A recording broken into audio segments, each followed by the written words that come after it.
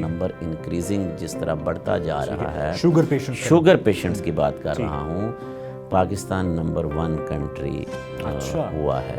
گردے نکارہ کرنے والی سچویشن میں جا کر ڈائلسس یا ٹرانسپلانٹ والی سچویشن میں جانے سے بچ سکتا ہے نا، تو اس میں یہ بہت بڑا کردار اور یہ مچ اپریشیٹڈ جو انیشیٹو ہے جو لوگوں تک ہم پنجاب گورنمنٹ نے یہ جو ایک سٹیپ اٹھایا۔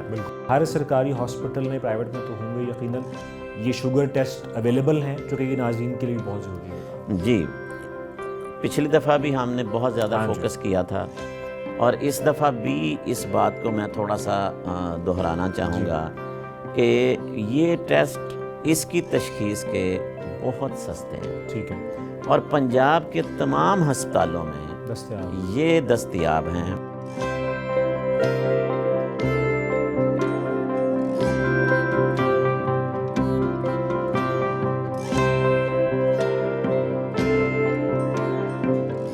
السلام علیکم جی، امید کرتا ہے کہ آپ خیریت سے ہوں گے، اور ایف ایم صحت زندگی کے پلیٹ فارم سے آپ دیکھ رہے ہیں ڈاکٹر ڈائلاگ، اور یہ ہماری خصوصی پوڈ کاسٹ سیریز ہے، اور جس میں ہم صحت کے حوالے سے جو مختلف مسائل ہیں اس پہ ہماری بات ہوتی ہے۔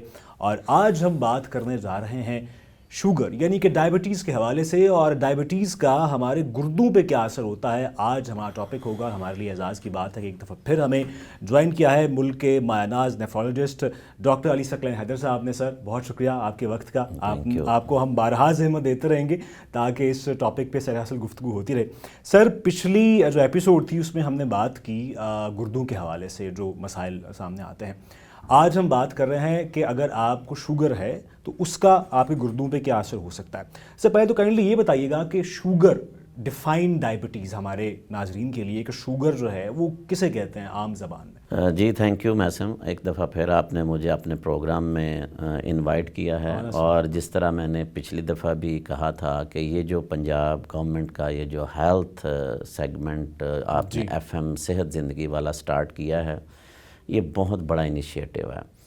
آج گردوں کے حوالے سے جو آپ نے ٹاپک چنا ہے، وہ پچھلی اگر ٹاک کو ہم لے کر چلیں تو میں نے جس طرح بتایا تھا کہ گردوں کی بیماریوں کی جو سب سے بڑی وجہ ہے ڈائبٹیز ہے۔ یہ پوری دنیا میں بھی اور پاکستان میں بھی سب سے جو پہلا نمبر ہے وہ ڈائبٹیز کا ہے۔ تو اس لیے آج کا ٹاپک ایک دفعہ پھر بڑا امپورٹنٹ اور ناظرین کے لیے بڑا انفارمیٹیو ہونے جا رہا ہے۔ شوگر کا آپ نے کوشچن کیا کہ شوگر ہم کسے کہتے ہیں۔ اس سے پہلے کہ ہم اس کی ڈیفینیشن پہ جائیں، میں صرف 2-3 خطرناک چیزیں بتا دوں، کیونکہ وہ میں اکثر یہ پروگرامز میں بات کرتا ہوں کہ پاکستان کی ترقی ہو کس میں رہی ہے۔ تو جو ترقی ہم چاہتے ہیں بدقسمتی سے وہ ترقی نہیں ملتی، لیکن یہ ترقی والی بات بدقسمتی ہے جو ہم نہیں چاہتے۔ پوری دنیا میں پریولنس کے حساب سے، یعنی کہ جو پیشنٹس ایڈ آن ہوتے جا رہے ہیں اور نمبر انکریزنگ جس طرح بڑھتا جا رہا ہے، شوگر پیشنٹس کی بات کر رہا ہوں، پاکستان نمبر 1 کنٹری ہوا ہے، یعنی جس رفتار سے کہ ہم پیشنٹس کا کتنا یہاں پہ جو بڑھاؤ ہے، جو سالانہ آپ کا انکریز ہوتا ہے، اس میں اس وقت نمبر آف پیشنٹس جو آپ کے سالانہ بڑھ رہے ہیں، اس میں ہم نمبر 1 آ گئے ہیں۔ یہ بہت بڑی بدقسمتی ہے۔ پاکستان میں اس وقت ہر چوتھا یا 5واں شخص وہ یہ شوگر کی بیماری میں مبتلا ہے۔ یہ ایک اور بڑا فگر ہے، اس کو ہم ترقی نہیں کہہ سکتے، لیکن بدقسمتی ہے کہ ہم اس طرف جو ہے۔ اور اگلی بات یہ ہے کہ ہم نے بات کی تھی کہ گردے کی، میں نے مثال دی تھی کہ ہر 7واں 8واں شخص یہاں پہ گردے کی بیماری میں کسی نہ کسی میں مبتلا ہے۔ یہ ایک ایسا لنک ہے جس کے اوپر گورنمنٹ لیول کے اوپر، جس کے اوپر ہمیں سوسائٹی کے لیول کے اوپر، جس میں ہم جو میڈیکل کمیونٹی ہے، ان سب کو اپنا رول پلے کرنے کی ضرورت ہے۔ اور اسی لیے ایک بات ہے کہ prevention is better than cure, کہ اگر آپ پریونٹیو میئرز لے لیں اور اس سے آپ اپنی بیماریوں اور ڈیزیز کے برڈنز کو کم کر لیں، تو جو بوجھ ہمارے جیسا ملک جو کہ ترقی پذیر نہیں ہے، ان کا جو بجٹ ہے ہیلتھ کا، وہ ابھی اس قابل نہیں ہے کہ ہم اتنا بڑا بیماریوں کا بوجھ گردے کے متعلقہ، شوگر کے متعلقہ اور ڈائلسس اور یہ ساری چیزوں کا اٹھا سکیں، تو اس سے کہیں بہتر ہے کہ ہم اس پریونشن کے اوپر کام کریں. اور پریونشن کی جب ہم بات کرتے ہیں تو جس میں جو لوگوں تک ایک انفارمیشن پہنچانا، لوگوں کو بیماریوں کے بارے میں آگاہ کرنا، تاکہ اس کے مطابق وہ اپنی ارلی سکریننگ کرا کر، اپنے جلد ٹیسٹ کرا کر، اپنے معالجین سے مل کر شروع کی سٹیج میں اگر ان بیماریوں کو کنٹرول کر لیں. اب شوگر کی بات کریں گے تو آگے وہ اس کے مطابق آئے گی، تو اس سے فائدہ یہ ہوگا کہ ان کی کمپلیکیشنز کا شکار ہو کر گردے نکارہ کرنے والی سچویشن میں جا کر ڈائلسس یا ٹرانسپلانٹ والی سچویشن میں جانے سے بچ سکتا ہے نا. تو اس میں یہ بہت بڑا کردار اور یہ مچ اپریشیٹڈ جو انیشیٹو ہے جو لوگوں تک ہم پنجاب گورنمنٹ نے یہ جو ایک سٹیپ اٹھایا. اب ہم آتے ہیں کہ شوگر ہم کہتے کسے ہیں. نارملی ہمارے بلڈ میں گلوکوز کا لیول ہوتا ہے، شوگر کا لیول ہوتا ہے، کیونکہ اس کے ساتھ ہماری بہت ساری چیزیں جو ہیں نا وہ انرجی لیول اور سب چیزوں کو جو جسم کے سیل ہیں ان کو اس کی ریکوائرمنٹ ہے. نارمل سب سے پہلے تو ناظرین کو پتہ ہونا چاہیے کہ شوگر کے لیول ہوتے کیا ہیں. ایک صحت مند بندہ، میں اور آپ بیٹھے ہیں یا سننے والے ناظرین، اگر آپ کی صبح خالی پیٹ جو شوگر ہے اگر آپ ناشتے سے پہلے چیک کریں تو وہ 70 سے 110 کے درمیان ہونی چاہیے. یہ نارمل فگرز ہیں جو کہ کسی بھی صحت مند شخص کے لیے یہ ہونے چاہیے. خالی پیٹ ایک دفعہ پھر ناظرین لکھ لیں، 70 سے 110 کے درمیان ہونی چاہیے. جب ہم رینڈم شوگر یعنی کہ دن کے باقی کسی بھی حصے میں چیک کرتے ہیں تو یہ شوگر کے لیول 70 سے 180 کے درمیان ہونے چاہیے. تو یعنی کہ خالی پیٹ 70 سے 110 کے درمیان، اور رینڈم شوگر دن میں وہ بھلے کھانے کے بعد کیا یا کسی بھی وقت آپ چیک کر رہے ہیں تو 70 سے 180 کے درمیان. یہ نارمل ویلیوز ہیں جو کہ ہمارے جسم میں ہوتی ہیں. اب نارمل یعنی کہ خرابی کہاں سے شروع ہو رہی ہے. اگر آپ کی شوگر خالی پیٹ والی وہ 110 سے زیادہ ہو گئی تو مطلب یہ ہے کہ یہ نارمل رینج سے اوپر آ گئی. اگر رینڈم ہماری شوگر وہ 180 سے اوپر آ گئی تو بھی یہ نارمل سے اوپر آ گئی. اب یہاں پہ دو ایریاز ہیں. ایک ابھی گرے ایریا ہے کہ آپ پری ڈائبٹیز میں ہیں جس کو ابھی ایک کلاسیفیکیشن کے حساب سے ہم بات کرتے ہیں، اور دوسرا ہے کہ کہاں پہ آپ کنفرمڈ ڈائبیٹک ہیں یا شوگر پیشنٹ ہیں.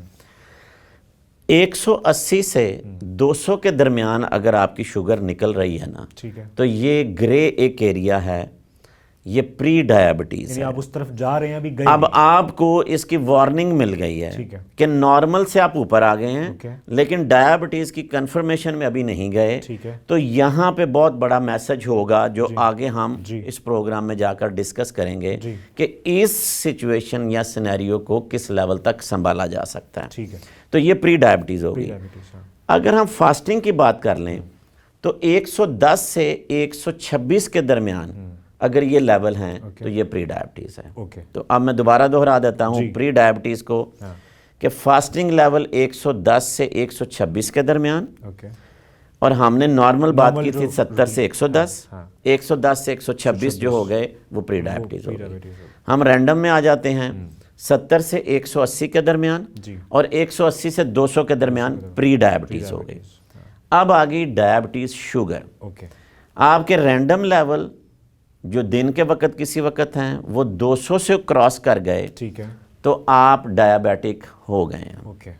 اور اگر یہ لیول آپ کے فاسٹنگ میں 126 سے کراس کر گئے ہیں تو پھر بھی آپ ڈائبٹیز کی کیٹیگری میں آ گئے ہیں. تو یہ تین چیزیں سمجھنا سب سے پہلے ناظرین کے لیے بہت ضروری تھا کہ نارمل کیا ہے، پری ڈائبٹیز کیا ہے اور ڈائبٹیز کیا ہے. تو یہ ان کی رینجز تھیں کہ جس پہ ہمیں. اچھا سر، آپ نے بتایا کہ یہ ایک ریشو ہوتا ہے، نمبر ہوتا ہے، اس کا مطلب کیا ہوتا ہے؟ اگر 126 سے زیادہ ہو گیا ہے تو باڈی میں گلوکوز کا لیول بڑھ گیا ہے، کم ہو گیا ہے، کیا ہوا ہے؟ تھوڑا سا یہ بھی اگر آپ جی، اب اس کا نظام یہ ہے کہ ہم سارا دن جسم میں جو کھاتے پیتے ہیں، ہمارے جسم میں میٹابولزم، ہمارا لیور، ہمارے کڈنیز، کیونکہ لیور نے ساری چیزوں کو سٹمک سے پاس آؤٹ ہو کے لیور میں اور ساری چیزوں کی میٹابولائز اس نے کر دینا. اب جو بھی ہم نے ڈائٹ میں چیز لی ہے وہ جسم میں سپریڈ ہو گئی ہے.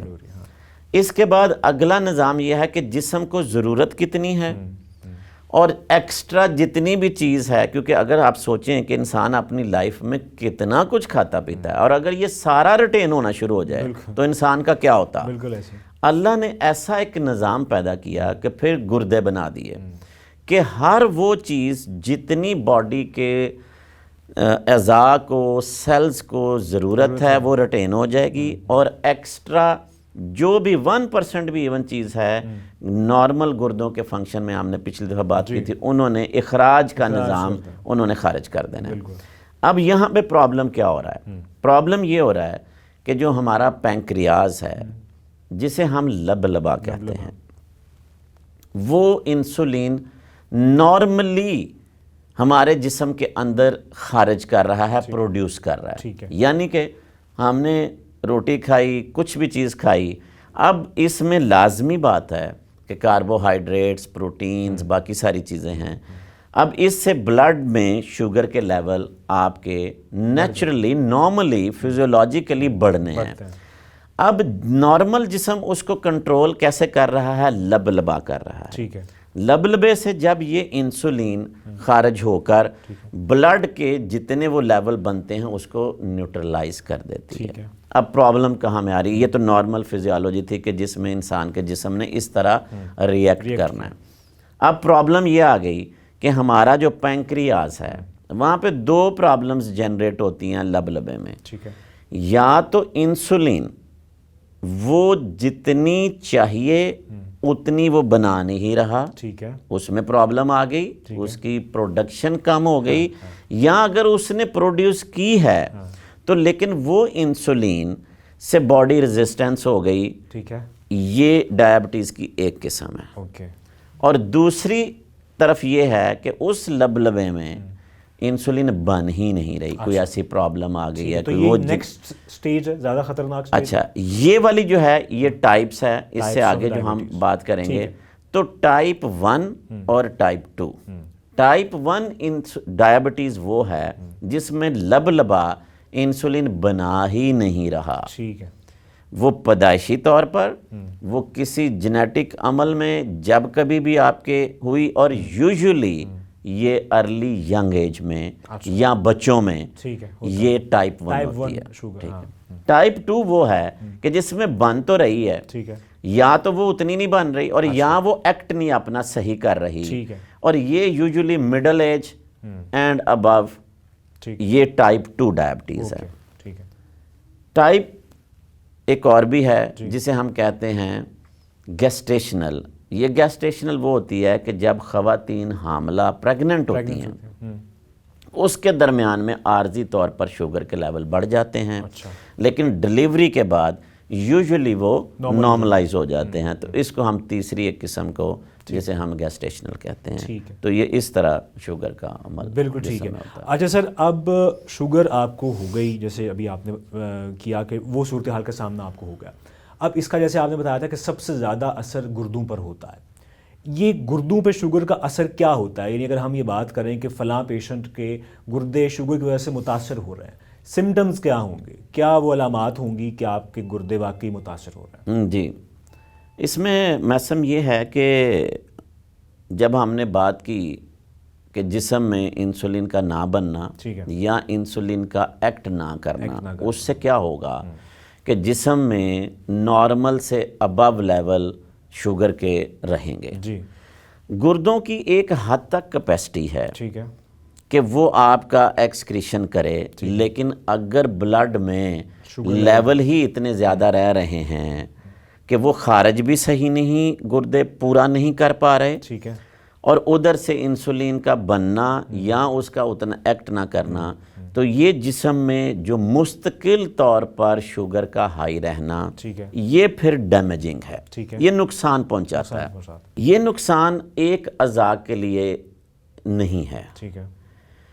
ڈائبٹیز کو ہم کہتے ہیں شوگر کو کہ یہ مدر آف آل ڈیزیزز ہے، یعنی کہ یہ تمام بیماریوں کی ماں ہے۔ اور میں اپنے ناظرین کے لیے اس کو اور آسانی اس طریقے سے کرتا ہوں کہ شوگر کو آپ دیمک کی طرح لیں، جیسے اندر سے جس طریقے سے دیمک آپ کی لکڑی کو یا آپ کی وہ کسی بھی چیز کو کھا جاتی ہے، لیکن بظاہری آپ کو لگ رہا ہوتا ہے کہ سب کچھ ٹھیک ہے، لیکن اندر سے وہ چیز کھوکھلی ہو چکی ہوتی ہے۔ تو یہ بیماری بھی انسان کے جسم کو اسی طرح کھوکھلا کرتی ہے۔ سر سے پاؤں تک ہر جسم کا حصہ اس سے متاثر ہوگا، لیکن چونکہ جو سب سے زیادہ متاثر ہونے والی چیزیں ہیں وہ میں گنوا دیتا ہوں، اور پھر ہم اپنے گردوں پہ آتے ہیں کہ اس میں گردے، اس میں ہارٹ، اس میں آپ کی آنکھیں اور آپ کی نروس۔ یہ چار چیزیں ایسی ہیں کہ جو آپ کو ہر لیول پہ متاثر کریں گی۔ ہم ساتھ ساتھ تھوڑا تھوڑا کوشش کریں گے کہ ناظرین کو بیان کرنے کی، لیکن گردوں کے حوالے سے۔ اب چونکہ گردوں کی بیماری کی یا گردے نکارہ ہونے کی دنیا میں سب سے بڑی وجہ ڈائبٹیز ہے، شوگر ہے۔ متاثر کیسے کرتی ہے؟ جب یہ لیول مستقل طور پر جسم میں ہائی رہیں گے، یہ کیا کرتے ہیں کہ یہ دیمک کی میں نے مثال دی تھی، تو دیمک آپ کو پتہ ہے کہ بہت چھوٹی باریک باریک، اور وہ اس نے اسی طرح ہی آہستہ آہستہ اور سلو اپنا کام کرتے رہنا۔ یہ ہائی جو شوگر لیول ہیں، جو ہماری باریک خون کی نالیاں نا، جسم میں مختلف کیلیبر کی پہلے آرٹریز ہیں، وینز ہیں، اور اسی طرح کیپلریز ہوتی ہیں جو کہ خون کی سب سے باریک اور چھوٹی نالیاں ہوتی ہیں۔ یہ آنکھوں میں، پردے کے اوپر، نروس کے ساتھ، سکن میں، گردوں میں، یہ جسم کے ہر حصے کو سپلائی کرتی ہیں نا۔ تو یہ آخری ایک باریک لیول ہے۔ یہ شوگر ان جو باریک خون کی نالیاں نا، ان کو ڈیمیج کرنا شروع کر دیتی ہے اور تنگ کرنا شروع کر دیتی ہے۔ اس سے کیا ہوگا کہ اس حصے کو خون کی سپلائی متاثر ہو جائے گی۔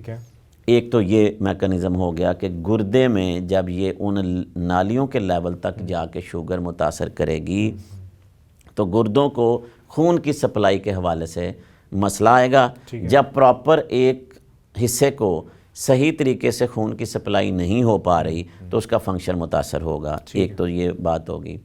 دوسرا یہ ہے کہ یہ جو شوگر ہے اٹ سیلف، یہ ڈائریکٹلی بھی گردوں کو، جو گردوں کے فلٹرز ہیں، جو ٹیوبیولز ہیں اس کے اندر، وہاں پہ متاثر کرتی ہے۔ اب ہوتا کیا ہے کہ گردوں کا جو اگر ہم نے دیکھے نا کہ وہ فنکشن کو، یہ ہمارے ایک فلٹر ہیں۔ اس کی مثال میں ناظرین کو اس طرح سمجھانے کے لیے دیتا ہوں کہ ایک نلکا آپ لیں، پرانے زمانوں میں ہینڈ پمپ ہوتے تھے، نلکے ہوتے تھے جس سے ہم بچپن میں پانی پیا کرتے تھے۔ کسی وقت شاید آپ نے بچپن میں، لیکن میں نے تو دیکھا ہوا ہے کہ ایسا ہوتا تھا کہ وہ بور کیا جاتا تھا زمین کے اندر 50 فٹ 100 فٹ نیچے۔ جب وہ بور کر کے نا تو وہاں پہ نیچے ایک فلٹر لگتا تھا جو پانی کو، صاف پانی کو نلکے سے نکالتا تھا، لیکن ریت اور باقی چیزوں کو روک لیتا تھا۔ وقت کے ساتھ جب وہ فلٹر ڈیمیج ہوتا تھا نیچے سے، جو اندر زیر زمین چیز ہے، تو ہم جب پانی نکالتے تھے تو اس کے ساتھ ریت آنا شروع ہو جاتی تھی۔ یہ نشانی پہلی ہوتی تھی کہ نیچے فلٹر خراب ہو گیا۔ اب دیکھیے ذرا گردوں کے غور سے سنیے گا تو آپ کو سیم بالکل یہ چیز ایسے ہی سمجھ آئے گی۔ گردوں میں اللہ تعالیٰ نے ایک یہ فلٹریشن کا نظام رکھا ہے، اس لیے اخراج کا نظام ہے نا۔ اخراج وہ چیز کا ہونا ہے جو جسم میں غیر ضروری ہے یا فاضل ہے۔ جسم میں جتنی جس چیز کی ضرورت ہے یا جو اہم چیزیں ہیں جس کے بغیر جسم کا نظام نہیں مینٹین رہ سکتا، یہ فلٹر اس کو روک کے رکھیں گے، اس کا اخراج نہیں ہونے دیں گے۔ یہ شوگر کیا کرے گی؟ یہ جو ہائی بلڈ شوگر لیول ہیں یہ ان فلٹرز کو متاثر کرتے ہیں، اور ان کا فلٹرز کا جو سائز ہوتا ہے، جو پورز، چھوٹے چھوٹے سوراخ ہوتے ہیں جہاں سے چیزیں فلٹر ہو کے فاضل چیزیں نکلنی اور جو بڑی چیزیں ضرورت والی ہیں وہ رہ جانی ہیں. جب وہ سوراخ بڑے ہو جاتے ہیں, جب یہ وہاں پہ مستقل ڈیمیج ہو رہا ہے, تو جسم کی جو ضروری چیزیں ہیں جس میں خاص طور پر پروٹین, ادھر ریت نکل رہی تھی, ادھر سے پروٹین کا اخراج شروع ہو گیا, کیونکہ وہ سوراخ اب اس قابل نہیں رہے کہ پروٹین کو روک سکیں. اور یہ پہلی علامت ہوتی ہے, جب آگے ہم جا کے ٹیسٹوں کی بات کریں گے تو یہاں سے یہ پرابلم شروع ہو جاتا ہے.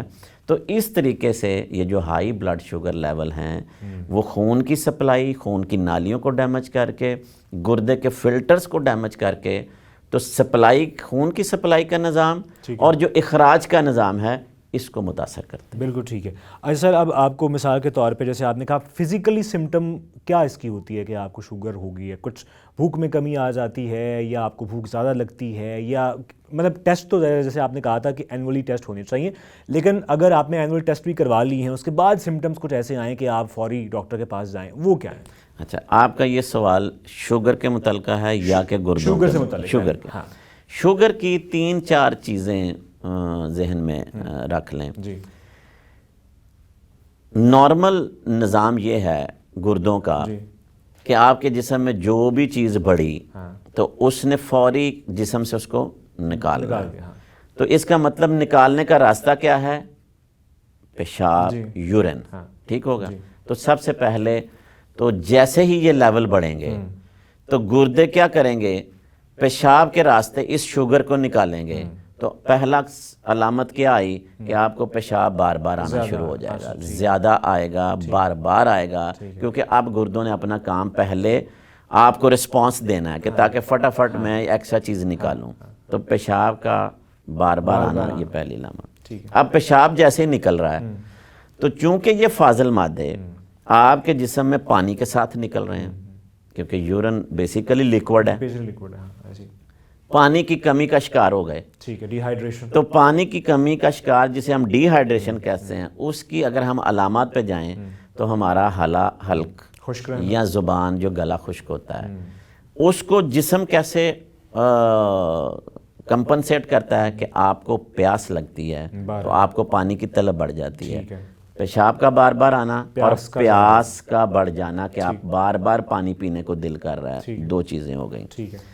جیسے ہی یہ چیز آگے چلتی ہے تو چونکہ شوگر کا میں نے کہا ہے کہ بلڈ میں جو لیول اس کے جتنے زیادہ رہیں گے وہ سر سے پاؤں تک آپ کے جسم کے ہر حصے کو ڈیمیج کریں گے. اس سے آپ کا وزن کم ہوگا, اس سے آپ کی بھوک متاثر ہو جائے گی, آپ کو سستی, نکاہت, چونکہ آپ کے برین میں بھی اس کے لیول بڑھ گئے ہیں, بلڈ میں بھی بڑھ گئے ہیں, کام کرنے کو دل نہیں کر رہا, متلی والی صورتحال ہو سکتی ہے کہ اگر بہت ہی زیادہ یہ صورتحال اوپر چلی جائے.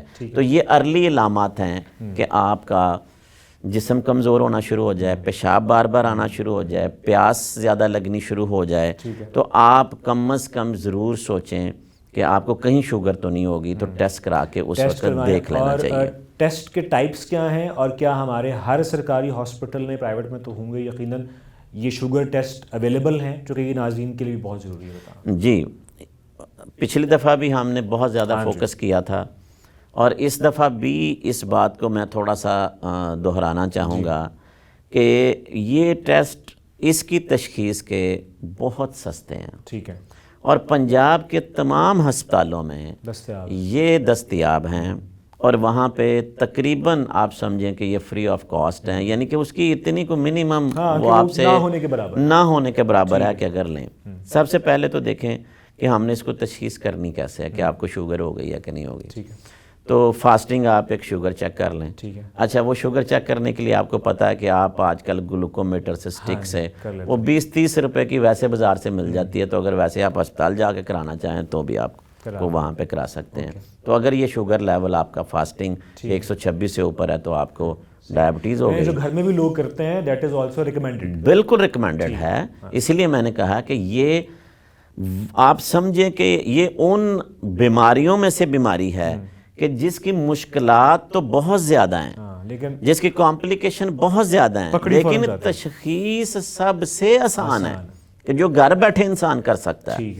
دوسرا یہ ہے کہ آپ دن کے کسی بھی حصے میں آپ رینڈم شوگر چیک کر لیں، اگر وہ 200 سے اوپر آ گئی ہے تو آپ کی یہاں تک تو شوگر یہیں پہ ہی ڈائیگنوز ہو گئی. ٹھیک ہے.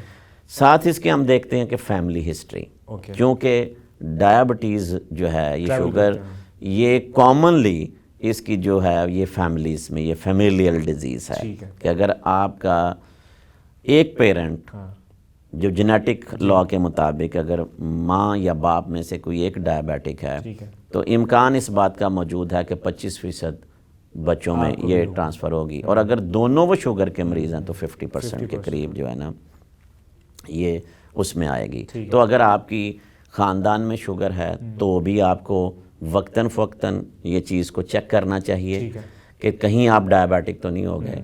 اور دوسرا میں نے بتایا کہ گلوکومیٹر سے. تیسرا ایک ٹیسٹ ہے جو کہ بلڈ میں آپ کرا سکتے ہیں جس کو ہم HbA1c کہتے ہیں. یہ ٹیسٹ آپ کو پچھلے 3 مہینے کے بارے میں آگاہ کر دیتا ہے کہ اگر یہ ویلیو اس کی زیادہ نارمل سے اوپر آ گئی ہے تو اس کا مطلب ہے کہ آپ 3 مہینے سے پیچھے سے ہی آپ کی شوگر ہائی آ رہی تھی جو کہ آپ نے کبھی چیک ہی نہیں کی، جو آپ کو پتہ ہی نہیں تھا. تو یہ وہ ٹیسٹ ہے جو آپ کو وہ بتا دیتا ہے. یہاں تک تو تھا کہ جب ہم ڈائبٹیز کی یہ کنفرمیشن کی بات کر رہے ہیں. دوسرا ہے کہ پری ڈائبٹیز. پری ڈائبٹیز میں ہم ایک گلوکوز ٹالرنس ٹیسٹ کرتے ہیں. وہ کیا ہے؟ وہ بھی ایک سادی سی چیز ہے کہ آپ کو گلوکوز پلایا جائے گا اور رسپانس دیکھا جائے گا باڈی کا، اور پھر دیکھا جائے گا کہ وہ 2 گھنٹے کے بعد اس کے لیولز کیا ہیں کہ کیا وہ واپس ڈاؤن ہونا شروع ہوتے ہیں. اس کی ایک رینج ہے کہ اگر وہ اس رینج سے 2 گھنٹوں کے بعد نیچے آ جاتے ہیں تو وہ نارمل ہے. اس کا مطلب ہے کہ آپ ابھی ڈائبٹیز میں کنورٹ نہیں ہوئے. لیکن اگر وہ ابو نارمل ہی پرسسٹ کرتے ہیں تو اس کا مطلب ہے کہ آپ کو فوری معالج سے مل کے اپنی شوگر اور ابھی سے ہی چیزوں کو لے کے چلنا چاہیے. اب آپ دیکھیں محسن کہ شوگر کو یہ ڈائیگنوز کرنے میں تو کوئی مشکل ہی نہیں ہے کہ ایک سمپل گلوکومیٹر سے آپ گھر بیٹھے اپنی تشخیص کر سکتے ہیں. ٹھیک ہے. اچھا سر، اس میں اگر آپ کو مثال کے طور پہ جو کہ کچھ مثالیں ہمیں ملتی ہیں، میں مثال دینا چاہوں گا وسیم اکرم صاحب کی. ان کو بہت ارلی سٹیج پہ ڈائبیٹک ہو گیا تھا. اچھا، حالانکہ وہ ایک سپورٹس مین ہیں اور ان کا کام ہی بھاگنا دوڑنا ہے.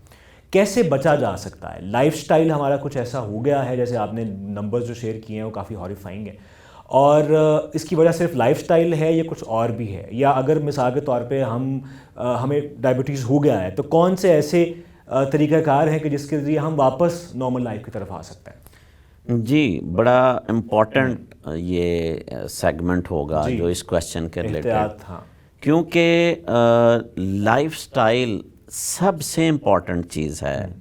وہ کسی بھی آپ بیماری کی بات کر لیں، لیکن ڈائبٹیز میں تو اس کا کردار اتنا زیادہ ہے کہ شاید جو دوائیوں والا پارٹ ہے نا وہ بالکل اینڈ پہ رہ جاتا ہے. آلدو کہ جب اس کی ضرورت ہے تو وہ اتنا ہی امپورٹنٹ ہے.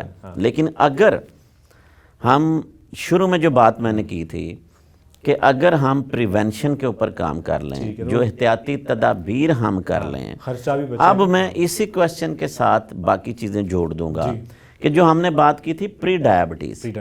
اب اس جواب میں پری ڈائبٹیز کا ٹریٹمنٹ آ جائے گا.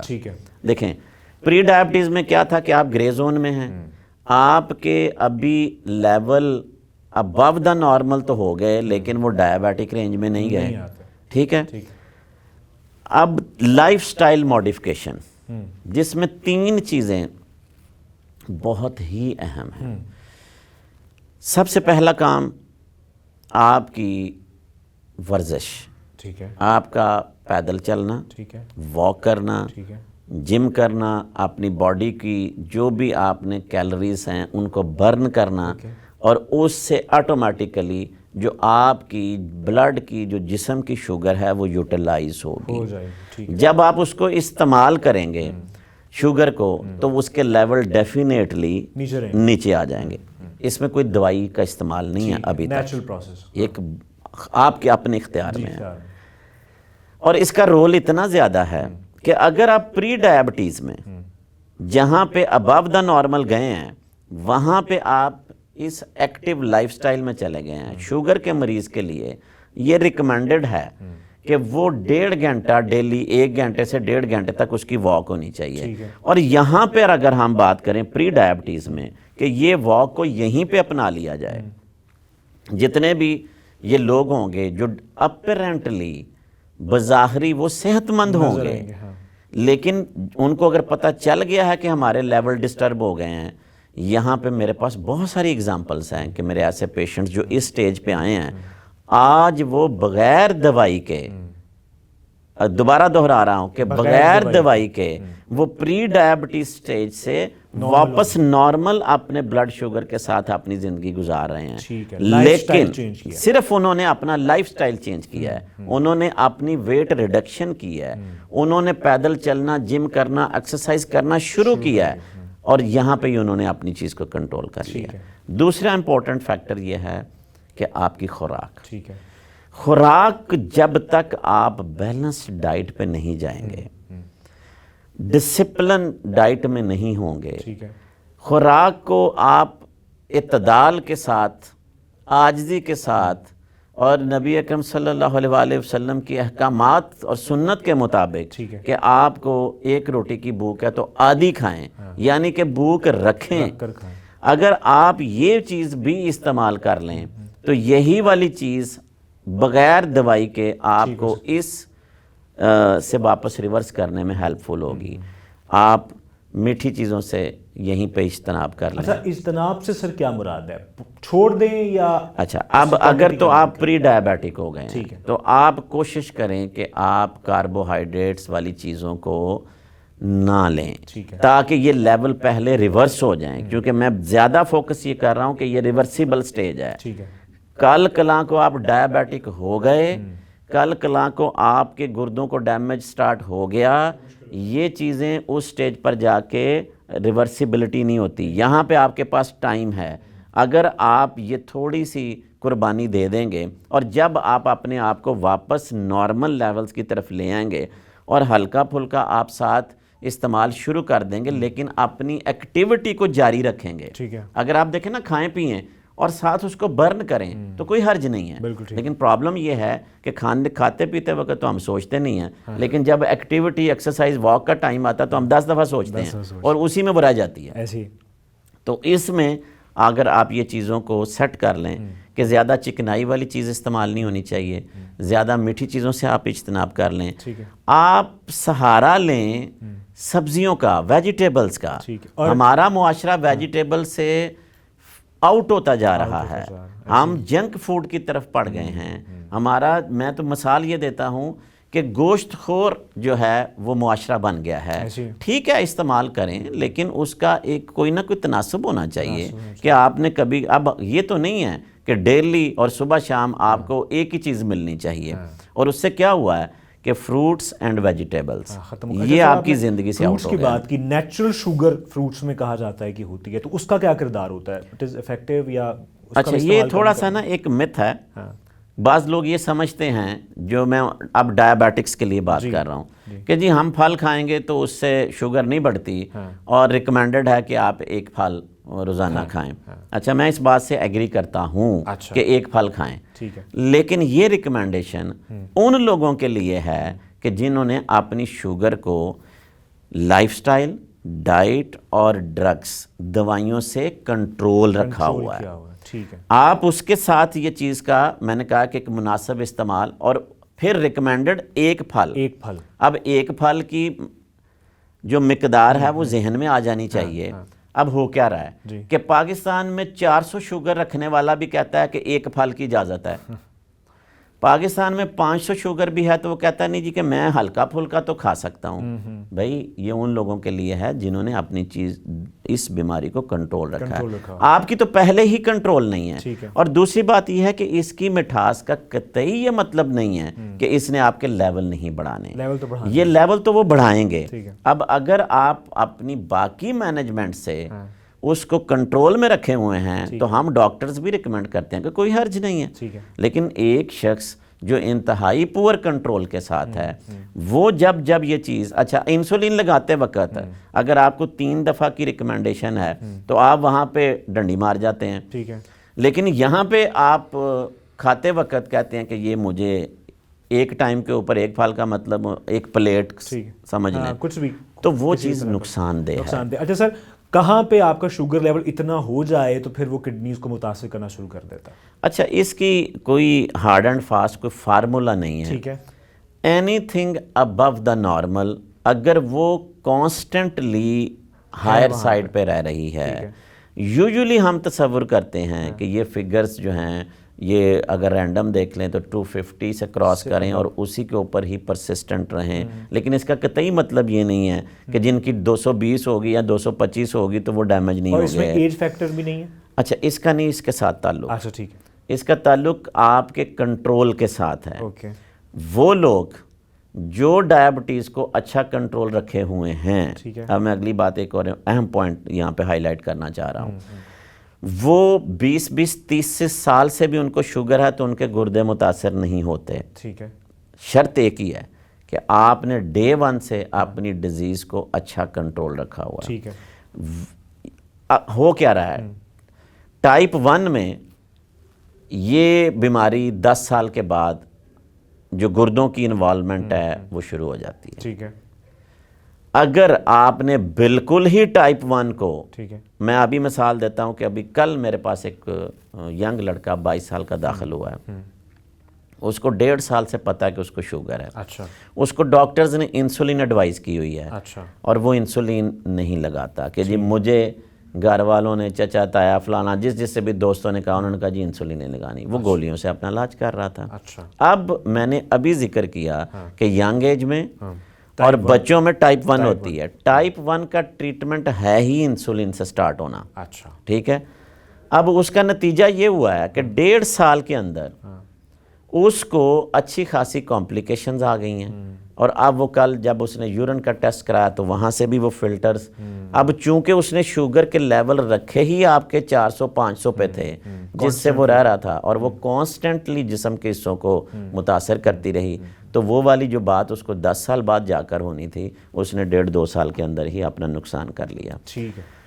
تو اس لیے یہ بڑا اہم ہے کہ آپ اپنی اس چیز کو ڈے 1 سے ہی کنٹرول میں لے جائیں. ٹھیک ہے سر. علاج، اب علاج کی طرف آتے ہیں. عام طور پہ علاج ہمارے ہاں جو ہر سرکاری ہاسپٹل میں دستیاب ہے اس کا بھی بتا دیجیے گا، اور جدید علاج یعنی وہ لوگ جو کہ افورڈ جن سے ہو سکتا ہے، یا جو جدید چیزیں اب سامنے آئی ہیں، میتھڈز آف ٹریٹمنٹس آئے ہیں، وہ بھی کائنڈلی ذرا ایکسپلین کیجیے. بڑا سمپل سیدھا. اب ہم نے میجورٹی ٹریٹمنٹ ڈسکس کر لیا کہ لائف سٹائل سے شروع ہو جائیں، اس کے بعد ڈائٹ پہ آ جائیں. اب تیسری بات ہے کہ جو دوائیوں کے ساتھ علاج ہے. ٹھیک ہے. اگر آپ کو ٹائپ 1 ہے، ٹھیک ہے، تو آپ کا علاج جو شروع ہونا ہے وہ انسولین کے ساتھ ہونا ہے، اور آبجیکٹیو مقصد گول ایک ہی ہے کہ کنٹرول، شوگر کنٹرول کرنا. Sugar control. ٹائپ 2 ہے تو آپ گولیوں کے ساتھ، دوائیوں کے ساتھ چلیں گے. ٹھیک ہے. اس سے کنٹرول نہیں ہو رہا تو آپ کی انسولین ایڈ ہو جائے گی، تو پھر کمبینیشن کے ساتھ آپ چل پڑتے ہیں. ٹھیک ہے. مقصد یہاں پہ بھی یہ ہے کہ شوگر کا کنٹرول. اب چیزیں بہت ساری، لیکن سر ادویات کے ساتھ ساتھ لائف سٹائل اور وہ تو پہلے بات ہماری طے ہو گئی، وہ رکھنا ہے، کیونکہ اس کے بغیر شوگر کا علاج نامکمل ہے. ٹھیک ہے. اگر آپ نے اپنے لائف سٹائل اور ڈائٹ کو نہیں رکھا تو صرف دوائیوں پہ جنہوں نے فوکس کیا ہے وہ ادھوری چیز ہے. ٹھیک ہے. صحیح. اب اگلی بات ہم کر لیتے ہیں کہ اتنا اب سائنس میں امپرومنٹ آ گئی ہے، انسولین کی بہت ساری اقسام آ گئی ہیں. وہ ڈاکٹر آپ کا معالج آپ کے لیولز آپ کی حساب سے ڈیسائیڈ کر لیتا ہے. لانگ ایکٹنگ ہے، دن میں 24 گھنٹوں میں ایک دفعہ لگانے کے لیے ہے، ہفتے میں ایک دفعہ لگانے کے لیے ہے، لیکن ہر پیشنٹ کو علیحدہ علیحدہ اس کے حساب سے ہی یہ فیصلہ کیا جاتا ہے. گولیوں میں بہت زیادہ اقسام آ گئی ہیں. اب تو وہ دوائیاں آ گئی ہیں کہ جو آپ کی شوگر والے مریض کو وہ شوگر بھی کنٹرول کرتی ہیں، وہ آپ کی گردوں کو بھی پروٹیکٹ کرتی ہیں، وہ آپ کے ہارٹ کو بھی پروٹیکٹ کرتی ہیں. تو یہ چیز بھی ہم جب پیشنٹ کو پرسکرائب کر رہے ہوتے ہیں تو اس کی ساری کمپلیکیشن یا باقی چیزوں کو دیکھ کر اس میں کر رہے ہوتے ہیں. ٹھیک ہے. سر ہمارے ہاں جو اس ریٹ میں اضافہ ہو رہا ہے، جیسے آپ نے کہا کہ شوگر پیشنٹس کی تعداد میں بہت ہاریفائنگ اضافہ ہو رہا ہے، اس کی 2-3 مین وجوہات کیا ہیں، یعنی کیوں ہم جو ہے وہ اس میں ترقی کرتے جا رہے ہیں؟ جی، سب سے پہلے تو میسم دیکھیں کہ جس طرح میں نے اس پورے پروگرام میں کوشش کی ہے بار بار ایک چیز کو ہائی لائٹ کرنے کی، اور وہ ہے کہ آپ کا لائف سٹائل. جی، جب آپ کا سیڈنٹری لائف سٹائل ہے جس کی آگے جا کر یہ ہے کہ موٹاپا، اس ملک کا اس وقت سب سے بڑا پرابلم شوگر کے بعد جو اگلا ہے وہ ہمارا موٹاپا ہے، اور اس کا قصور صرف اور صرف ہمارے لائف سٹائل کا اور خوراک کا ہے. اور ان 2 چیزوں کے اوپر آج ہم نے بہت زیادہ بات کی ہے. اگر ہمارے ناظرین اور ہماری یہ قوم یہ چیز سمجھ لے کہ ہم نے اپنی ورزش، اپنی واک، اپنی ایکسرسائز اور اپنی خوراک، اس کو ہم نے ایک درست سمت دے دینی ہے، تو یقین مانیں کہ یہ ڈائبٹیز کا جو برڈن ہے، یہ جو گردوں کی بیماریوں کا برڈن ہے، اس کو کم کرنے میں کوئی بڑا مسئلہ نہیں ہے. ٹھیک ہے. اب موٹاپا کیوں ہے؟ آپ اسکول کے بچے دیکھ لیں. جی، آپ کے لیے ایک اور خطرناک یہ بات ہے کہ 2021 میں ایک پیپر میری نظر سے گزرا کہ جس میں یہ بتایا گیا ہے کہ پاکستان میں جو 14 سال سے کم عمر کے بچے جو اسکول گوئنگ ہیں، یہ 1 کروڑ کی تعداد میں ہے جو موٹاپے کا شکار ہیں، جو کہ اوبیزٹی کی، موٹاپے کی جو ڈیفینیشن کیٹیگری اس میں آتے ہیں. اب آپ یہ بتائیں کہ ہم نے جب ڈائبٹیز کی بات کرتے ہیں تو اس میں تو بہت بڑا ایک فیملیل خاندانی جینیٹک کے بعد جو اگلا رسک فیکٹر ہے وہ موٹاپا ہے. یہ بچے آج اس لائف سٹائل میں جہاں پہ وہ سکول میں رہ کر موٹاپے کا شکار ہو گئے ہیں، یہ آگے پری ڈائبٹیز اور ڈائبٹیز میں کنورٹ ہو جائیں گے اگر ان پر فوکس نہ کیا گیا. پرابلم کہاں پہ آئی کہ سارے آپ سکول دیکھ لیں کہ سکولوں کو بھی آپ نے، جو ہمارے زمانے میں بڑی بڑی گراؤنڈز والے سکول ہوتے تھے، وہ آپ گھروں میں منتقل ہو گئے ہیں. بچوں کی ساری ایجوکیشن وہ ایک کرسی پر، چیئر پر، ایک سٹنگ پوزیشن میں کنورٹ ہو گئی ہے. ان کی ڈائٹ جو ہے وہ ٹوٹل ایک جنک فوڈ کے اوپر سوئچ ہو گئی ہے، تو وہ کیوں موٹاپے کا شکار نہ ہو. اگلی بات یہ ہے کہ اور یہ جو بیماریوں کا بڑھاؤ ہے، ہمارے جو کھانے ہیں نا اس ایشین پاپولیشن کے، اور ایشیا ہی اس وقت جس میں انڈیا اور پاکستان ہے یہ سب سے بڑی زد میں ہے. ہماری جو چکنائی کا استعمال ہے نا ہمارے کھانوں میں، وہ ایک اور بڑا فیکٹر ہے کہ ہمارے جسم میں جو اوبیزٹی اور موٹاپا، کیونکہ ہم نکال لیتے ہیں میٹھا. نہیں جی، وہ آپ دیکھیں کہ چکنائی کا یہ مثال دوں کہ آپ کوئی بھی سالن کھاتے ہیں، جب تک اس کے اوپر گھی، وہ آئل اور اس طرح کی وہ تری، آپ کہتے ہیں جی کہ جی اس خاتون کو تو کھانا ہی نہیں بنانا آتا.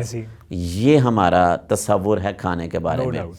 ہماری جو کنزمپشن ہے شوگر کی، چینی کا استعمال اس ملک میں اتنا زیادہ ہے، حالانکہ اتنے ہم واک اور ایکسرسائز کے حساب سے اپنے آپ کو ایک کمرے میں بند کیے جا رہے ہیں، اور کھانے میں ان غیر ضروری چیزوں کا استعمال زیادہ بڑھاتے جا رہے ہیں. یہ بھی بتا دیجیے، کچھ لوگ کہتے ہیں کہ یار گڑ اور شکر کا استعمال ٹھیک ہے، چینی نقصان دہ ہے، یہ ایسے ہی؟ دیکھیں، گڑ کھا لیں، شکر کھا لیں، چینی کھا لیں، کیلوریز آپ کے جسم میں جا رہی ہیں. کیلوریز کو برن کیسے کرنا ہے؟ ٹھیک ہے، برن آپ نے اپنے کام سے، ایکٹیویٹی سے کرنا ہے. یہ نہیں ہے کہ آپ گڑ اور شکر کھاتے رہیں اور آپ بیڈ پہ لیٹے رہیں، آپ کرسی پہ بیٹھے رہیں اور آپ سمجھیں کہ جی آپ موٹاپے کا شکار نہیں ہوں گے. یہ کم نقصان دہ ضرور ہے، ہاں، اس میں یہ ہے کہ کیمیکلز کا جو ایک استعمال ہے وہ اس میں نہیں ہے اور اس میں ہو جاتا ہے، لیکن بات یہ ہے کہ آپ کے جسم میں کیلوریز تو جا رہی ہیں.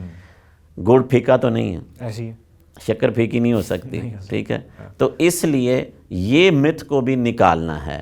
آپ کھائیں یار، ایک ذمہ دار ہے، وہ ذمہ دار مکھن بھی کھاتا ہے، روٹی بھی کھاتا ہے، ہر چیز کھاتا ہے، لیکن اس کے بعد وہ زمینوں پر جا کر کام کرتا ہے. اس کے لیے تو ریسٹرکشن نہیں ہے، وہ اور وہ ہم سے فٹ ہے، اس کا پیٹ نہیں نکلا ہوتا کیونکہ اس نے مشقت کر لی ہے. ایک مزدور ہے جو دن میں کام کرتا ہے، وہ اپنے کھانے پینے کو برن کرتا ہے. پرابلم تو ہماری اربن پاپولیشن باقی آ رہی ہے، اور یہی وجہ ہے کہ دیہاتوں میں اگر آپ چلے جائیں، ولیجز میں، تو ان بیماریوں کے ان کے اچھے لائف سٹائل ہونے کی وجہ سے جو پرسنٹیج میں کمی ہے اربن پاپولیشن میں یہ چیزیں بڑھ گئی ہیں. تو آپ جناب موٹاپے کا خیال کریں. آپ اپنی جو چینی کا استعمال ہے اگر آپ اس کو بالکل لو لیول پہ لے جائیں, سموکنگ کا استعمال اپنے معاشرے سے تمباکو نوشی نکال دیں, موٹاپے کو آپ کم کر لیں, تو میں نہیں سمجھتا کہ آپ کی شوگر کنٹرول نہ ہو, آپ کا بلڈ پریشر کنٹرول نہ ہو, اور آپ کی گردے کی بیماری دونوں کے ساتھ لنک ہے. تو کیسے ممکن ہے؟